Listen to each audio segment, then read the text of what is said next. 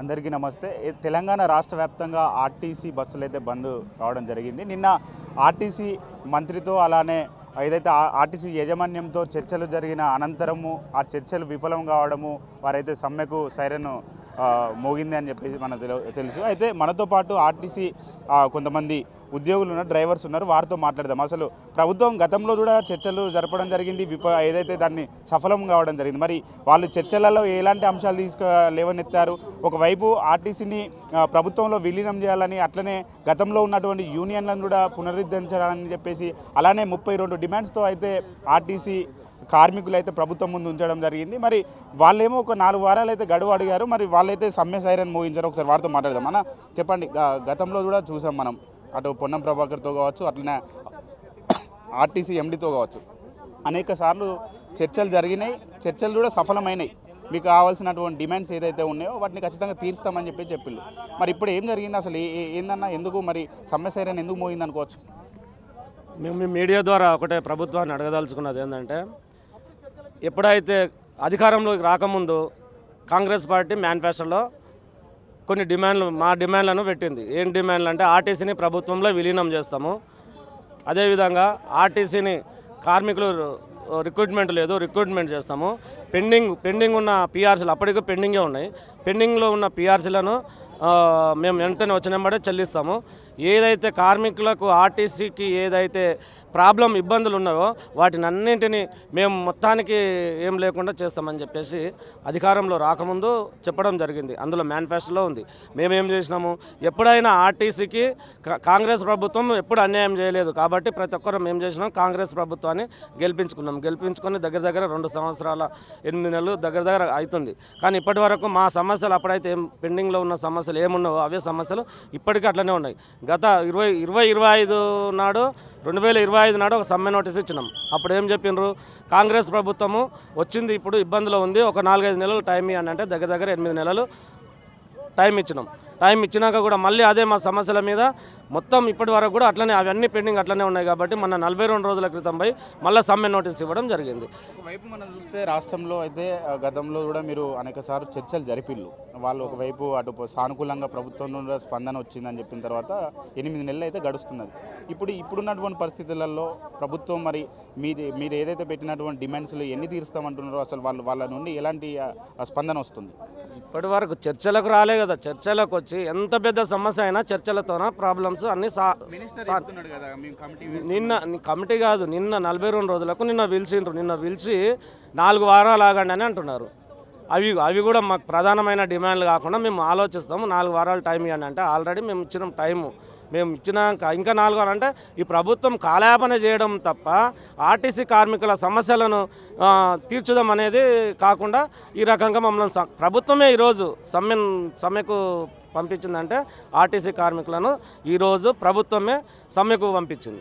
ఒకవైపు మనం చూసినట్లయితే ఆర్టీసీ కార్మికులు ఏదైతే డ్రైవర్స్ కావచ్చు, అట్లనే కండక్టర్స్ కావచ్చు, చిన్న లోపాలు ఏదున్నా వెతికి తీసేసే అటువంటి ఆర్టీసీ, సమస్యలను పదే వెతికేటువంటి ఆర్టీసీకి మరి మీ బాధలు అట్లనే మీకు రావాల్సినటువంటి ఏదైతే డిమాండ్స్ ఉన్నాయో వాటిని ఎందుకు తీర్చలేకపోతున్నారు అనుకోవచ్చు? ఇప్పుడు మా బాధ కూడా అదే. ఈ గతంలో మాకు 49,000 మంది రిక్రూట్మెంట్, తెలంగాణ ఆంధ్ర విడిపోయిన తర్వాత 49,000 మంది ఉద్యోగులు ఉంటారు. ఇప్పుడు 36,000 మంది, ఇప్పుడు 36,000 మందికి కుదించారు. అంటే రిటైర్మెంట్ అవుతున్న వాళ్ళు రిటైర్మెంట్ అవుతున్నారు, రిక్రూట్మెంట్ లేదు. గతంలో అయితే ఎన్ని కిలోమీటర్లు అయితే నడుపుతున్నామో, ఎన్ని కిలోమీటర్లు ఆపరేట్ అవుతున్నానో ఇప్పుడు అంతకన్నా ఇంకా ఎక్కువైపోయి ఈ వర్క్ లోడ్ అనేది ఎవరి మీద పడ్డది? కార్మికుల మీద పడింది. ఎప్పుడైతే మీరు గెలిచిన 24 రోజులకే మహిళలకు ఫ్రీ టికెట్ అని పెట్టిండ్రు. సంతోషం, ఎందుకంటే ప్రయాణికులకు మంచిగా జరుగుతుంది కాబట్టి సంతోషం. మేము కూడా పని చేస్తున్నాము. ఈరోజు ఆర్టీసీ లాభంలో ఉంది అని అంటున్నారు. మా జీతభత్యాలు పెంచడానికి ఈ ఇబ్బంది ఏముంది? మేము మీకు ఇప్పుడు గొంతమ్మ కోరికలు కావు కదమ్మా, ఆల్రెడీ మీకు తెలిసిన విషయంలో మీరు అధికారంలోకి రాకముందే మీకు తెలిసిన విషయాలు, వచ్చిన తర్వాత కూడా అవి డిమాండ్లు మా సమస్యలను పరిష్కరించడానికి ఇబ్బంది ఏముంది?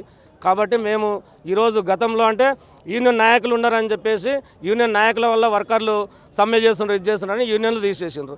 ఈరోజు యూనియన్ నాయకులు లేకున్నా కూడా వర్కర్ల సమస్య కదా ఇది, కడుపుకోత కదా. ఈరోజు ఎంత ఇబ్బంది అవుతుంది ఈ రోజున్న పరిస్థితుల్లో. 2017 పీఆర్సీ ఉన్నాయి, ఈరోజు రేట్లు ఏ రకంగా ఉన్నాయి? మార్కెట్లో రేట్లు ఏ రకంగా ఉన్నాయి, అదే పిఆర్స్ మీద మేము ఈరోజు బతకాలంటే మేము కుటుంబ పోషణ చాలా ఇబ్బంది అవుతుంది. కాబట్టి మాకు పెండింగ్లో ఉన్న పిఆర్సీలు ఇవ్వాలని చెప్పేసి, అదేవిధంగా యూనియన్ రీఆర్గనైజేషన్ చేయాలి. అదేవిధంగా ఇవన్నింటికన్నా ప్రభుత్వంలో విలీనం చేస్తే అవతల ఆంధ్రాలో చేయలేదా? ఆంధ్రాలో చేసిన వచ్చిన ప్రభుత్వం వచ్చిన ఎంబడే చేసిండ్రు. ఈరోజు వాళ్ళకు మాకు దగ్గర దగ్గర 20-30 వేల బేసిక్ జీతం వ్యత్యాసం ఉంది. అదే వాళ్ళు ఒకవైపు చెప్తున్నది ఏంటంటే పదే ఆర్టీసీ కూడా కొన్ని నష్టాలలో ఉన్నది అని చెప్పేసి కూడా వాళ్ళు చెప్తున్నారు. ఇప్పుడు కొన్ని ప్రభుత్వం కూడా కొత్తగా వచ్చింది, కొంత సమయం కూడా కావాలి అనే విధంగా కూడా అటు మంత్రులు కావచ్చు, అట్లా ముఖ్యమంత్రి కావచ్చు చెప్తున్నటువంటి విషయాలు మనం చూడవచ్చు అనేక వేదికలలో. అసలు ఏదైతే తెలంగాణ ప్రభుత్వం దగ్గర కూడా ఖజానా లేదు, మొత్తం ఖాళీ ఉన్నది, కొన్నిసార్లు ఆలోచించాలి అని చెప్పేసి కూడా చెప్తున్నారు. మరి అట్లాంటి దానిపైన ఏం చెప్తారన్న? ఇప్పుడు మేము ఒక్కటే చెప్పదలుచుకున్నాము. ఇప్పుడు ప్రభుత్వంతో ఖజానా లేదు అని అంటున్నారు. ఇప్పుడు 2.5 సంవత్సరాలు అంటే ఇంకొక దగ్గర 3 సంవత్సరాలు అవుతుంది కదా, ఇంకొక 2 సంవత్సరాలు అయిపోతుంది. ఇప్పుడు ఖజానా యూనియన్లది రీఆర్గనైజేషన్ చేయడానికి అసలు ఖర్చుతో కూడుకున్నది కానే కాదు. యూనియన్లది అసలు ఎలాంటి పైసా లేకుండా యూనియన్లను రీఆర్గనైజేషన్ చేయవచ్చు. మరి ఏమైంది? ఇప్పుడు ఆ యూనియన్ల రీఆర్గనైజేషన్ ఏమైంది? అది లేదు. మళ్ళీ పిఆర్సీలు ఇప్పుడు మీరు వచ్చినప్పుడు పెండింగ్ ఉన్న పిఆర్సీలను అడుగుతున్నాం మేము. ఇప్పుడు చర్చలకు పిలిచి ఇది ఇస్తున్నాం, ఇది ఇస్తలేము, దీని మీద చేయండి, మళ్ళీ మిగతాది మళ్ళీ నెక్స్ట్ మేము ఫర్దర్గా ఆలోచన చేస్తాం అని చర్చలకు పిలిచి మమ్మల్ని సమస్యలు పరిష్కారం చేస్తే బాగుంటుందని మేము ఆశిస్తున్నాం. చెప్పండి, మీరేం చెప్తారు? ఇప్పుడు మేము ప్రభుత్వానికి చెప్పాల్సింది ఏం లేదు. ఆల్మోస్ట్ వాళ్ళు ఇచ్చిన హామీలనే తీర్చమని కోరుకుంటున్నాము. వాళ్ళు ఇచ్చిన హామీలు ప్రభుత్వంలో కలుపుతున్నారు, పే స్కేల్ ఇస్తున్నారు, బస్సులు ప్రభుత్వంలో విలీనం చేస్తారు, ప్రైవేట్ బస్సులు లేకుండా చూస్తున్నారు. ఈరోజు చూసుకుంటే మనకు ఆల్మోస్ట్ హైదరాబాద్లో ఎలక్ట్రికల్ బస్సులే తిరుగుతున్నాయి. ఎలక్ట్రికల్ బస్సుల వల్ల ఇప్పుడు ఆల్మోస్ట్ రిక్రూట్మెంట్ లేదు, ఉన్న వాళ్ళే డ్యూటీలు చేయాల్సి వస్తుంది. డబల్ డ్యూటీలు చేస్తున్నాం మేము, వర్క్ ప్రెషర్ పెరుగుతుంది. ఆల్రెడీ ఇప్పుడు ప్రైవేట్ బస్సులు వచ్చినాయి, ప్రైవేట్ డ్రైవర్లు వచ్చారు, కండక్టర్లు ఒకళ్ళే ఉన్నారు. ఆల్మోస్ట్ మా డ్రైవర్లందరినీ డిస్ట్రిక్ట్ డిపోలకు ట్రాన్స్ఫర్ చేసేసారు. ఇప్పుడు చూసుకుంటే మనకు ఆల్మోస్ట్ ప్రైవేట్ పరంగా చేయాలని చూస్తున్నారు, ప్రైవేట్ అయ్యే అంశం కూడా ఉంది. కాబట్టి మీరు దయచేసి ప్రైవేట్ కాకుండా ఈ అద్దె బస్సులని ప్రభుత్వంలో ఆర్టీసీలో విలీనం చేసుకొని మా యొక్క గుంతమ్మ కోరికలు కాకుండా మీరు ఇచ్చిన హామీలను నిలబెట్టుకోవాలని కోరుకుంటున్నాం. అయితే మనం చూసుకున్నట్లయితే దాదాపు వేల సంఖ్యలో ప్రయాణికులు అయితే ఉంటారు. ఆర్టీసీ ఒక్కసారిగా బస్సులు ఆగిపోయినాయి అంటే దాదాపు వాళ్ళ ప్రయాణాలు ఆగిపోతాయి. అట్లనే కొన్ని అర్జెంటు కార్యక్రమాలకు సంబంధించినటువంటి పోయే వాళ్ళు కూడా కొంత ఈరోజు వెయిట్ చేసే పరిస్థితులు. మరి ప్రభుత్వాలు ఎందుకు ఇంతమంది జనాలను ఇబ్బంది పెడుతుంది అనుకోవచ్చు? ఇప్పుడు మేము ఆల్రెడీ నిన్ననే స్ట్రైక్ నోటీస్ ఇచ్చాము, నిన్ననే వెళ్ళామని కాదు, 41 రోజు 42 రోజు ఇది మేము స్ట్రైక్ నోటీస్ ఇచ్చినాం. ఇప్పుడు స్ట్రైక్ నోటీస్ ఇచ్చినప్పుడు స్ట్రైక్ తీసుకుపోవడం ప్రభుత్వం బాధ్యత. మేము అడిగిన కోరికలన్నీ మీకు తెలిసినవి, గుంతమ్మ కోరికలు కాదు కదా. ఇప్పుడు మా ప్రజల్ని ఇబ్బంది పెడుతుంది అంటే ప్రభుత్వానికి సంబంధించిన విషయం అది. మేము చేసింది ఏం లేదు అందులో. ఎందుకంటే పబ్లిక్ ఆల్మోస్ట్ చేస్తూ ఆల్రెడీ మాతో ప్రయాణిస్తారు, మాతో వాళ్ళు మాట్లాడడం జరుగుతుంది. కాబట్టి అది కంపల్సరీ ప్రభుత్వ వైఫల్యమే అని చెప్పవచ్చు, కంపల్సరీ. ఇప్పుడు ఎమర్జెన్సీ అంటే మన చేతిలో లేదు అది. ఎందుకంటే ఆల్రెడీ 41 డేస్ ముందే మనం స్ట్రైక్ నోటీస్ ఇచ్చినాము. ప్రభుత్వం వచ్చి మాతో చర్చించి దాన్ని మళ్ళీ ఎలా జరుగుతుంది, ఏం జరుగుతుంది అనేది ఆలోచించి పబ్లిక్కి ఇబ్బంది కాకుండా చూసుకుంటే ఈరోజు ఈ ప్రాబ్లం ఉండేది కాదు. మీరేం చెప్తారని ప్రభుత్వాన్ని? ఏం లేదు సార్, గవర్నమెంట్కు మనం చేసేది ఏంటంటే ఫస్ట్ ఆర్టీసీని గవర్నమెంట్ విలీనం చేయాలా, అవుట్సోర్స్ విధానం రద్దు చేయాలా, ఎలక్ట్రికల్ బస్సులు వచ్చేసి గవర్నమెంటే తీసుకొని గవర్నమెంట్ సంస్థనే నడిపించాలా, పని భారం తగ్గియాలా. మహాలక్ష్మి స్కీమ్ వల్ల చాలా ఇబ్బంది అవుతుంది. సరే ఓకే, మేము కానట్లేము, మహాలక్ష్మి మంచి స్కీము, గవర్నమెంట్ అనేది చాలా మంచి స్కీమ్ పెట్టింది. లేనివాడు ఉన్న వాళ్ళందరూ బాగుపడతారు దీనివల్ల. చదువుకున్న పిల్లలు కావచ్చు, ఉద్యోగాలు కావచ్చు, పనికి పోయే వాళ్ళు కావచ్చు, ఎవరైనా కావచ్చు, చాలామంది దీనివల్ల ఉపయోగపడే స్కీమ్ ఇది. కానీ ఏదైనా కానీ మేము ఏంటంటే కాంగ్రెస్ వచ్చినాక మాకు ఏదైనా మా బతుకులు మారుతాయేమో, మా ఉద్యోగం మారుతాయేమో అని చెప్పేసి మేము ఆశపడి మేము గవర్నమెంట్ను గెలిపించుకున్నాక ఏమైంది, ఇవి వచ్చి 2 నెలలైనా కానీ మా గురించి పట్టించుకోలేరు. మేమేమో అన్ని విధాలుగా మాల స్కీము పాసిబుల్ చేస్తున్నాం. మేము ఎటువంటి ఇబ్బందులు వచ్చినా ఏదొచ్చినా కానీ సరే ఏంది మన గవర్నమెంట్ అని చెప్పి మనం ఏదో చేస్తామంటే మన కిందనే ఏం చేస్తారు వీళ్ళు.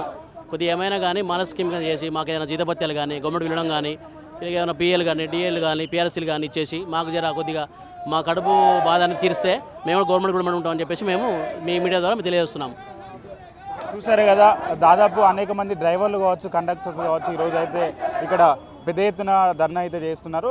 మరొక వైపు చూస్తే ప్రయాణికులు కూడా అనేక మంది అయితే వెయిట్ చేస్తున్నటువంటి సన్నివేశాలు కూడా చూడవచ్చు. మనం ప్రస్తుతము జూబ్లీ బస్ స్టాండ్ దగ్గర ఉన్నాం. అనేక మంది అయితే చాలా అయితే సమయం నుండి అయితే వాళ్ళు వెయిట్ చేస్తూ ఉన్నటువంటి పరిస్థితులు అయితే మనం చూడవచ్చు.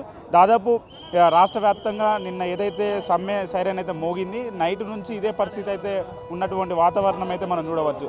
ఇక్కడ ఏదైతే జేబీఎస్కి సంబంధించి ఇప్పటికే ఆటోలు కావచ్చు, అటు బైకులు కావచ్చు, ఏదైతే ప్రైవేట్ వెహికల్కి అయితే ప్రయాణికులు అయితే మొగ్గు చూపుతున్నారో, ఒకవైపు దూర ప్రయాణాలు చేసే వాళ్ళైతే బస్సులు లేక కొంత ఇబ్బందులు పడుతున్నటువంటి సన్నివేశాలు అయితే మనం చూడవచ్చు. ఇక్కడ పరిస్థితి చూసినట్లయితే అనేక మంది అయితే ఇబ్బందులు ఎదుర్కొంటున్నారు. ప్రభుత్వం కూడా వెంటనే స్పందించి వాళ్ళకి ఏదైతే వాళ్ళు కొంత చర్చలకు పిలిచి ఆ చర్చలకు సంబంధించినటువంటి వాళ్ళు పెట్టినటువంటి డిమాండ్స్ కూడా పరిష్కరించాలని మరోవైపు ప్రజలు కూడా డిమాండ్ చేస్తున్నారు. మనతో పాటు మరొకరు ఉన్నారు, ఒకసారి వారితో మాట్లాడదాం. అన్న చెప్పండి, ఏం చెప్తారు? ప్రభుత్వాలు అయితే ఆ చర్చలల్లో మీరు ఏదైతే పెట్టినలో డిమాండ్స్ కొంతవరకు చేయగలుగుతున్నాము, అన్నీ చేయలేము అన్నట్టుగా చెప్తున్నారు. కొంత సమయం కూడా కావాలంటున్నారు. ఎందుకనంటే పెట్టినటువంటి డిమాండ్స్ అన్నిటిపైన ఒక కమిటీ వేసినాము, ఖచ్చితంగా ఆ కమిటీ ఒక నిర్ణయం తీసుకుంటుందని చెప్పేసి అటు ప్రభుత్వంలో ఉన్నటువంటి అధికారులు అయితే చెప్తున్నారు. ఏం చెప్తారు? ఆల్రెడీ కమిటీ వేసిందంటే ఆ కమిటీ ఇప్పుడు కాదు వేసేది. మేము స్ట్రైక్ నోటీస్ ఇచ్చి కూడా ఆల్రెడీ 30 రోజులు దాటిపోయింది. ఈ కమిటీ 42 డేస్ అవుతుంది. కమిటీ వేస్తే అప్పుడే వేయాలి. మేము ఇన్ని రోజులు కాలయాపన చేసి రేపు స్ట్రైక్ అనగా ఈరోజు నైట్కు కమిటీ వేయడం అనేది అది ఎట్లా అంటే కోల్డ్ స్టోరేజ్ లాంటిది, ఏదో నిద్రపోతున్నట్టుగా ఏదో యాక్టింగ్ చేయడం అంతే. మభ్యపెట్టడం, ప్రజల్ని మభ్యపెట్టడం, ఇటు సైడ్ కార్మికుల్ని మభ్యపెట్టడం, టైంపాస్ ముచ్చట అంతే తప్ప ఇంకోటి ఏం లేదు. ఆ కమిటీల వల్ల మాకు ఒరిగేది కూడా లేదు.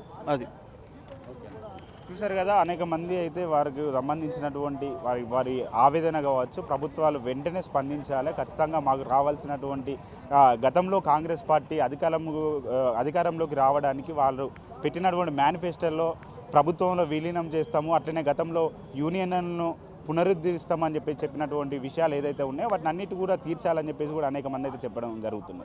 ఇక్కడ ఏదైతే జేబీఎస్కి సంబంధించి ప్రయాణికులు కూడా ఒకవైపు అయితే వెయిట్ చేస్తున్నారు, ప్రభుత్వం కూడా స్పందించాలని చెప్పేసి అనేక మంది చెప్తున్నటువంటి సందర్భాలు మనం చూడవచ్చు. చూస్తూనే ఉండండి 4 Sides TV. కెమెరామెన్ సన్నీతో లెనిన్, హైదరాబాద్.